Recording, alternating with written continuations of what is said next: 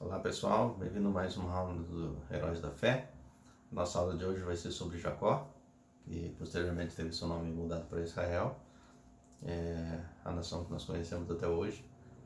E nós vamos falar, o que eu gostaria hoje de abordar sobre a fé de Jacó é exatamente como foi despertada a fé de Jacó, né? A história dele é um pouco bagunçada, é um pouco daquele cara que parece que nunca vai mudar. Mas quando Deus tem uma promessa, essa promessa, né, ela se cumpre porque Deus é fiel. Então, a nossa aula de hoje vai ser sobre esse despertar da fé, né, e como que nós hoje podemos usar também dessa, né, aprender com Jacó, né, a despertar a nossa fé e a cada dia mais confiar em Deus, porque Ele permanece fiel em todo o tempo.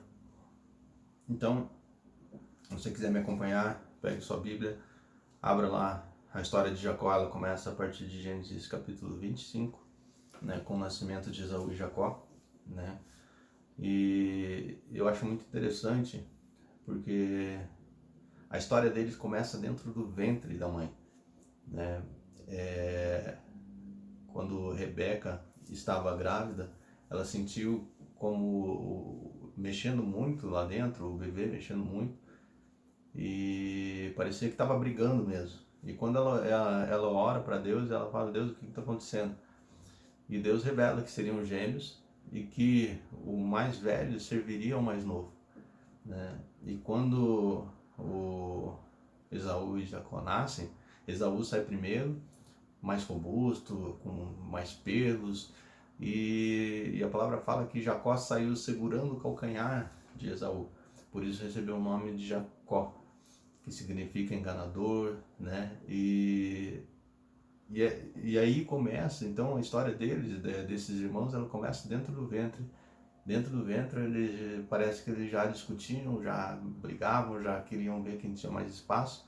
E isso continuou o tempo inteiro, praticamente, da vida deles. Então, assim que eles nascem, né, e vão crescendo, aí você já vê um partidarismo por parte tanto do pai Isaac quanto da mãe Rebeca. O pai Isaac, ele tinha uma afinidade maior com o Esaú, o irmão mais velho, né, que caçava, que fazia daí uma carne muito gostosa das suas caças, e Jacó, ele preferia ficar mais em casa, então provavelmente ele escutava mais histórias, né, de Isaac, da mãe, né, e provavelmente de Abraão também. Se a gente fizer os cálculos ali, Abraão viveu até quando Esaú e Jacó tinham aproximadamente uns 15 anos, mais ou menos. Então, provavelmente ali Jacó cresceu ouvindo também as histórias do seu povo e tudo mais, mas ele era um homem mais caseiro, um homem mais para dentro de casa, que não gostava muito de sair. Então, ele tinha uma afinidade muito maior com a sua mãe. Então, você vê ali que tanto o pai quanto a mãe, eles davam prioridade para um ou para outro filho. Aí, já a história deles já começa também, né? A gente já tem ainda no capítulo 25 a história deles quando Esaú volta de uma caça, volta com muito cansado, muita fome, e ele pede e encontra, daí ao entrar na tenda, encontra Jacó preparando um ensopado de lentilhas, e daí ele pega e pede para Jacó um prato desse ensopado, e Jacó ali viu uma oportunidade, meio que aquela coisa meio de irmãos. Então tá bom, se eu te dou o prato de comida, então você me dá o teu direito de primogenitura. E Esaú, muita fome, muito, né, muito cansado, falou assim: esse direito de primogenitura não me valeu nada até agora, então pode pegar e tal. E Jacó fez ele jurar, né, fez prometer, fez jurar que ele estava dando para ele o direito de primogenitura. E é interessante que nessa parte a palavra fala assim, abra comigo ali em Gênesis 25, no versículo 34, ele fala assim: então Jacó deu a Esaú um pedaço de pão e um ensopado de lentilhas. Esaú comeu, levantou-se e foi embora. Assim, ele desprezou o seu direito de primogenitura, né? Por mais que Jacó fosse deu uma desperto, pediu o direito de primogenitura. A palavra fala o que Esaú fez, né? Esaú, ele desprezou o seu direito de primogenitura, né? Ele não levou a sério esse direito de primogenitura, de ser o filho mais velho, aquele que assumiria todas as responsabilidades da família, que assumiria toda a herança da família, que assumiria a responsabilidade de guiar o povo, né? Da toda a sua casa ali, e ele desprezou isso, né? Então, aí já começa a gente ver como esses dois irmãos sempre estavam em pé de conflito. Logo depois ali, a gente passando um pouquinho aí para frente, a gente vai ter a parte em que Isaac já está velho, já está cego, né? Passou vários anos aí, e Isaac já percebendo que estava próximo já de morrer, e ele chama Esaú e fala: ó, filho, vai caçar, traz a sua carne, né? Prepara uma carne para eu comer, e assim que eu comer eu vou te abençoar. E Rebeca ouviu isso, e assim que Esaú saiu, ela falou para Jacó: vai lá, se disfarça, fala que é Esaú e recebe você a benção, né? De novo aí eles tentando dar aquela forcinha, né, na promessa de Deus. A Rebeca já sabia da promessa de Deus para Jacó, né? Deus já havia falado que o irmão mais velho serviria o mais novo, mas eles foram lá fazer a mesma coisa, né? Foram dar aquela forcinha, e o que aconteceu? Jacó prepara a comida, né, junto com a sua mãe pega, né, pelos e coloca na sua mão, né, coloca para deixar bem peludo, como se fosse o irmão Esaú, e vai falar com o pai, leva o prato, e o pai fica meio confuso, fala assim: ah, mas você caçou já rápido? E Jacó ainda fala assim: não, mas o Senhor Deus, ele colocou ali a caça para mim, né, foi mais fácil, mais rápido. E fala assim: mas a sua voz é de Jacó, venha mais perto para que eu possa apalpar, pegar a sua mão. E aí quando ele pega, ele fala assim: ah, a voz é de Jacó, mas a mão é de Esaú. Daí ele come a carne e abençoa, libera a bênção sobre Jacó. Jacó sai, um tempo depois chega Esaú com a carne, falando: oi pai, aqui é seu filho Esaú, né? Aqui, toma aqui a carne para depois você me abençoar. E Isaac fica confuso e fala: mas quem é você? Eu sou Esaú, seu filho mais velho. Não, mas eu já te dei a bênção. Quem era que estava aqui então? E aí Esaú já começa a ficar muito irritado, fala: mas não tem nenhuma outra bênção para mim, não tem nada, não sobrou nada para mim, não. Daí Isaac fala: não, mas eu já dei para ele toda a bênção, tudo aquilo que falei que todos os irmãos serviriam ele, todos, né, os servos, todo mundo, e que abençoasse ele ia ser abençoado, que amaldiçoasse ia ser amaldiçoado. E então Esaú fica muito frustrado, fica muito irritado e começa até a planejar matar o irmão, né? E começa a pensar, fala assim: não, assim que meu pai morrer eu vou matar Jacó, eu vou matar Jacó, eu vou matar Jacó. E a mãe, ouvindo isso, né, fala para Jacó fugir para a terra do irmão de Rebeca, né, Labão, e fala para ele pegar as coisas dele e fugir porque o irmão estava querendo matar. Aí Jacó arruma suas coisas, né, e vai se despedir do pai também. O pai abençoa ele novamente, dá um conselho para ele não casar com as mulheres hititas, né, mas para ele procurar mulheres da casa, né, de seus parentes, da parte lá da sua mãe, para onde ele iria, e abençoa ele novamente e despede ele. E ali Esaú ouviu até isso e fez exatamente ao contrário daquilo que o pai tinha falado para não fazer. Ele vai e casa com 2 mulheres hititas daí. Então a gente percebe como tem essa birra, aquela coisa que a gente faz muito, né? Tipo, se eu não recebo aquilo que eu quero, então eu vou fazer exatamente ao contrário daquilo que é para eu não fazer, né? Então você percebe como não só eles, mas muitas vezes a gente, quando a gente deixa de receber alguma coisa de Deus ou não recebe de acordo com aquilo que Deus tinha pra gente, né? A gente tende a ser tipo uma criança mimada, né? E fala: não, eu vou fazer agora também tudo ao contrário, não quero nem saber mais. Então, foi mais ou menos isso que aconteceu. Só que, não se enganem, nessa época eles não eram 2 adolescentes ou jovens ali que ainda estavam brigando, não. Eles tinham aproximadamente 70 anos já, né? Quando Jacó saiu da casa do seu pai ali e foi para a terra de Labão.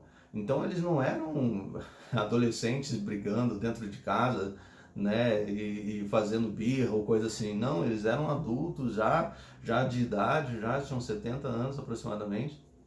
E esse conflito perdurou o tempo inteiro.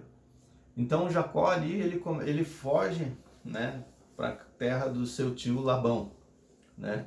E chegando lá, acontece uma coisa que a Bíblia sempre nos alertou, que aquilo que a gente semeia, aquilo que a gente que planta, a gente vai colher. E Jacó chegando lá encontrou Labão, que era tão esperto quanto ele, né? E o que acontece?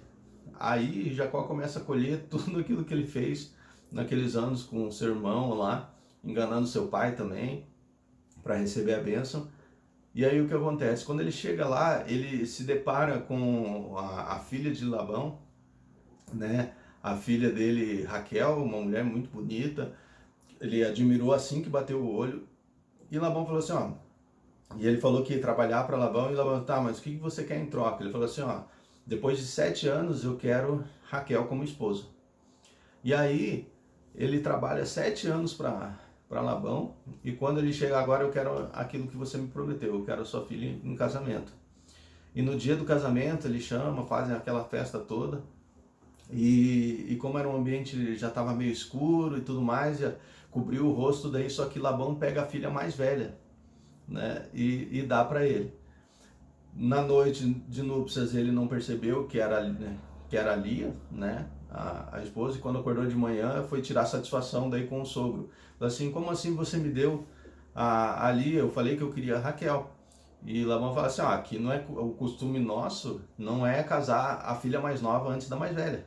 Então, se quiser a filha mais nova, então você vai ter que trabalhar mais 7 anos para mim, né? Porque Labão prosperava muito com ele lá, porque Deus era com Jacó. E para aí você tomar a mão da minha filha mais nova, Raquel, em casamento. E aí acontece que, logicamente, ele é apaixonado pela Raquel, vai e tem mais 7 anos trabalhando para o sogro, né? E prosperando, crescendo, fazendo o sogro crescer, e casa com Raquel. Aí, nesses momentos, Lia teve filhos, teve 4 filhos, né? E ainda falava, Deus me abençoou com filho para que Jacó goste de mim de alguma forma, né? E aí teve todo esse conflito, aí começa um conflito maior ainda com relação a Labão, porque daí o que acontece? Ele trabalhando para Labão, ele tinha que, é lógico, tinha o seu salário, que ele pegava em rebanho, em ovelhas e tudo mais, e ali Labão mudou 10 vezes a forma do salário dele, né? Não, ele via qual que estava melhor, fala assim, não, você fica com as malhadas, eu vou ficar com as listradas, e separava o rebanho, tentava pegar o melhor, mas sempre Deus abençoava Jacó. Jacó fazia uns esquemas lá, colocava uma vara listrada lá na frente do lago onde eles tomavam água e se reproduziam, e nascia sempre melhor da parte de Jacó. E esse processo foi várias vezes ali, Labão mudando, e Jacó sentiu na pele essa parte de ser enganado, de ser usado, né? E até uma hora que ele foge de Labão, Deus aparece, fala para Jacó voltar para a terra dos pais dele, né? Que ele estaria com ele, e ele pega as coisas deles e sai. Só que Labão acha que ele roubou dele, né?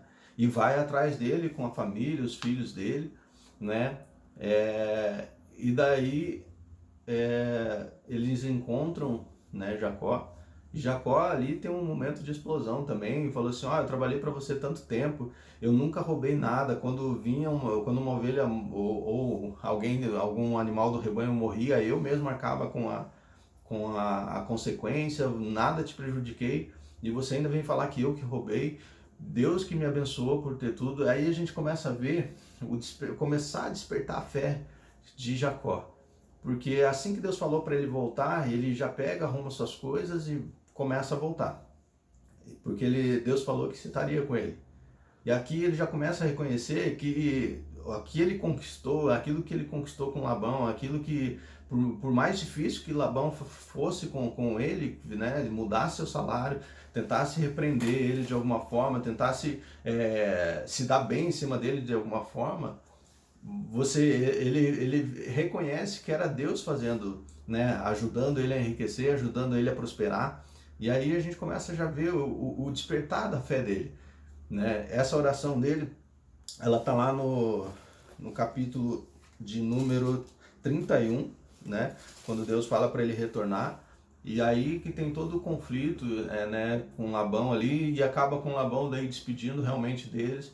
Eles fazem uma aliança ali naquele lugar, e Labão volta daí para sua casa enquanto ele continua, né, o caminho para a terra dos seus pais.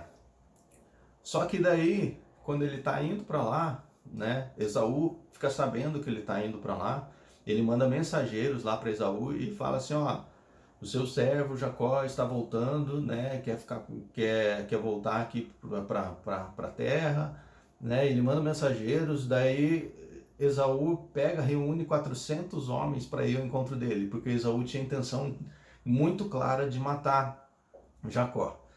Então, quando Jacó fica sabendo que Esaú está vindo ao encontro dele com 400 homens, ele já entra em desespero, ele fica com muito medo. E aí nós temos a segunda parte, né? Começa a despertar a fé dele, né? Ele começa a ver o quê? Ele começa a entrar mais na presença de Deus. Como assim? Ele começa a orar e falar para Deus, Deus, o Senhor falou que o Senhor me faria voltar em segurança. Então, ele meio que cobra Deus nisso. Ele fala, Deus, se o Senhor falou para eu voltar, o Senhor vai me fazer voltar em segurança. Então, ele bola ali até uma estratégia, né? Ele começa a mandar rebanhos presentes, vários, em várias partes, assim, vários, um mais distante do outro, né? E começa a mandar vários presentes para ele, né? E fala assim, ó, se Esaú perguntar de quem esse rebanho, para eles falarem o quê? Que esse rebanho é de Jacó, mas é um presente para Esaú, né? Do seu servo Jacó. Ele sempre se referia a ele como servo de Esaú. Então, ele começa a mandar esses rebanhos primeiro na frente, né? E daí depois, quando eles tiram o acampamento, né? E eles passam, né?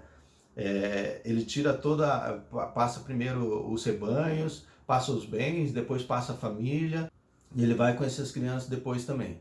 Aí o que acontece? Ele fica sozinho no acampamento, ele faz passar o rio, e ele fica sozinho no acampamento. E aí é o momento em que ele tem, né, é o ápice da experiência dele com Deus, que é quando ele luta com Deus, né? A palavra fala que ele encontra um homem e ele luta com um homem até o amanhecer, né? E essa parte, você pode acompanhar comigo lá no capítulo 32 de Gênesis, e essa parte é onde que ele luta com Deus, né? É o ápice do encontro dele com Deus, né? Eu quero ler com você aqui, né, a partir do capítulo 32, no versículo de número 24. Diz assim: com isso Jacó ficou sozinho no acampamento. Veio então um homem que lutou com ele até o amanhecer. Quando o homem viu que não poderia vencer, tocou a articulação do quadril de Jacó e a deslocou. Quando o homem disse: deixe-me ir, pois está amanhecendo. Jacó, porém, respondeu: não o deixarei ir enquanto não me abençoar. Qual é o seu nome? Perguntou o homem. Jacó, respondeu ele. O homem disse: seu nome não será mais Jacó. De agora em diante você se chamará Israel, pois lutou com Deus e com os homens e venceu.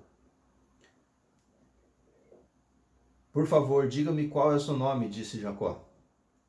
Por que quer saber meu nome? Respondeu o homem, e o abençoou ali. Jacó chamou aquele lugar de Peniel, pois disse, vi Deus face a face, e no entanto minha vida foi poupada. O sol estava nascendo quando Jacó partiu de Peniel, mancando por causa do quadril deslocado. Até hoje, o povo de Israel não come o tendão perto da articulação do quadril, por causa do que aconteceu naquela noite em que um homem feriu o tendão do quadril de Jacó. Essa parte é a parte onde Jacó é totalmente transformado, né?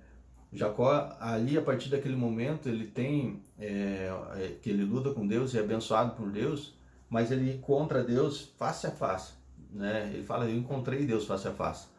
Mas aí que está a grande diferença, porque a partir desse momento, você vê um Jacó totalmente diferente. A partir desse momento, se você continuar lendo a história, acompanhando a história de Jacó, você vê como ele mudou, né? E é o que acontece nas nossas vidas, quando Deus entra na nossa vida, nós somos completamente mudados. E a partir dali, a fé de Jacó em Deus, ela toma um rumo totalmente diferente. O temor de Jacó a Deus toma um rumo totalmente diferente, né?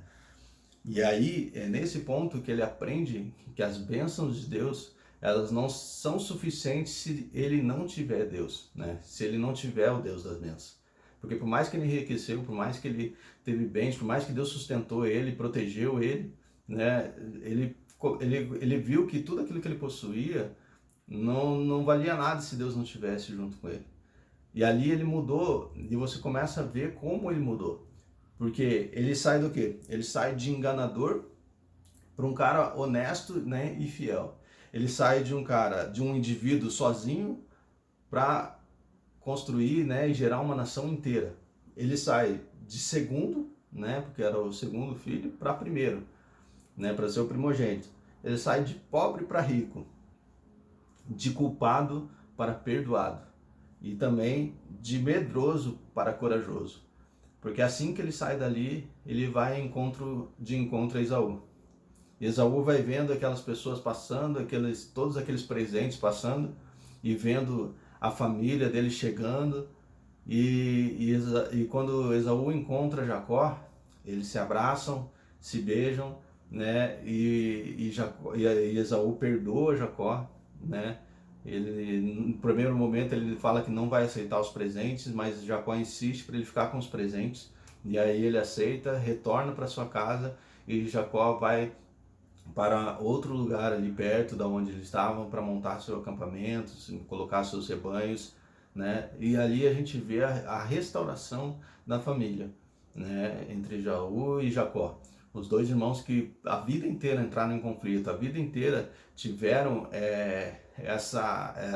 né, tiveram degladiando por todas as coisas, né? Desde a bênção do pai, desde às vezes do amor do pai e da mãe, né? Os dois sempre tiveram em conflito.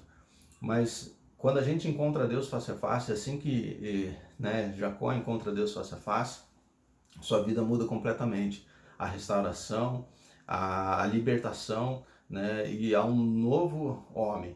E para identificar esse novo homem, ele muda o nome, né? Deus muda o nome, para ele não ser mais conhecido como enganador. E é interessante isso, porque quando o Deus, quando ele está lutando com Deus, ele pergunta qual é o nome de Jacó, e Jacó responde, né, falando que era ele, que ele era ele o enganador, né? Ele fala seu nome, eu sou Jacó. Porque quando é a mesma pergunta que o pai dele fez para ele antes de dar a bênção. Quem é você? Qual é o seu nome? E ele fala, eu sou Esaú. Então ele sai de mentiroso ele já começa transformando aí. Ele sai de um mentiroso para alguém que realmente está falando a verdade agora. Ele reconhece que a vida dele, até ali, ele foi quem? Jacó, o enganador. A partir de agora, ele não é mais Jacó. A partir de agora, ele é chamado de Israel, aquele que lutou com Deus, aquele que lutou e venceu. Então, a fé, aí a gente percebe que quando nós temos a fé em Deus, quando a nossa fé ela é despertada, quando a nossa fé em Deus ela realmente a gente passa por esse período de transformação, né? Nós somos realmente transformados inteiramente, né? Não somos mais quem éramos antes, né? E isso a gente vê muito em Jacó. Então, se você também consegue se identificar nisso, né? Consegue se identificar de alguma forma com Jacó, né? Tipo, parece que eu tenho tantos problemas, parece que eu sou tão ruim, parece que eu não tenho valor nenhum, né? Parece que eu só faço as coisas erradas, mesmo quando eu tento acertar, quando eu quero ajudar. Faça como Jacó, né? Saia ao encontro do Senhor, saia ao encontro de Deus, porque a nossa fé, a nossa comunhão com Deus, estar na presença de Deus, é o que fará nos renovar a nossa vida, renovar até a nossa própria personalidade, né? Realmente fazendo com que a nossa vida seja realmente um reflexo de Deus, né? Na vida de outras pessoas, né? Então essa é a mensagem de hoje. Espero que você tenha sido abençoado por ela. Espero que você tenha sido de alguma forma impactado por ela, que você tenha aprendido com Jacó, né? E que você possa também a cada dia passar por esse despertar da fé, né? Assim como Jacó foi evoluindo, porque é um processo de evolução e a cada dia nós vamos evoluindo, né? Na nossa fé, na nossa experiência com Deus, na nossa convivência com Deus. Então, que Deus abençoe, que você possa ter uma semana abençoada e, e é isso aí. Até a próxima aula. Deus abençoe. Até mais, galera. Tchau, tchau.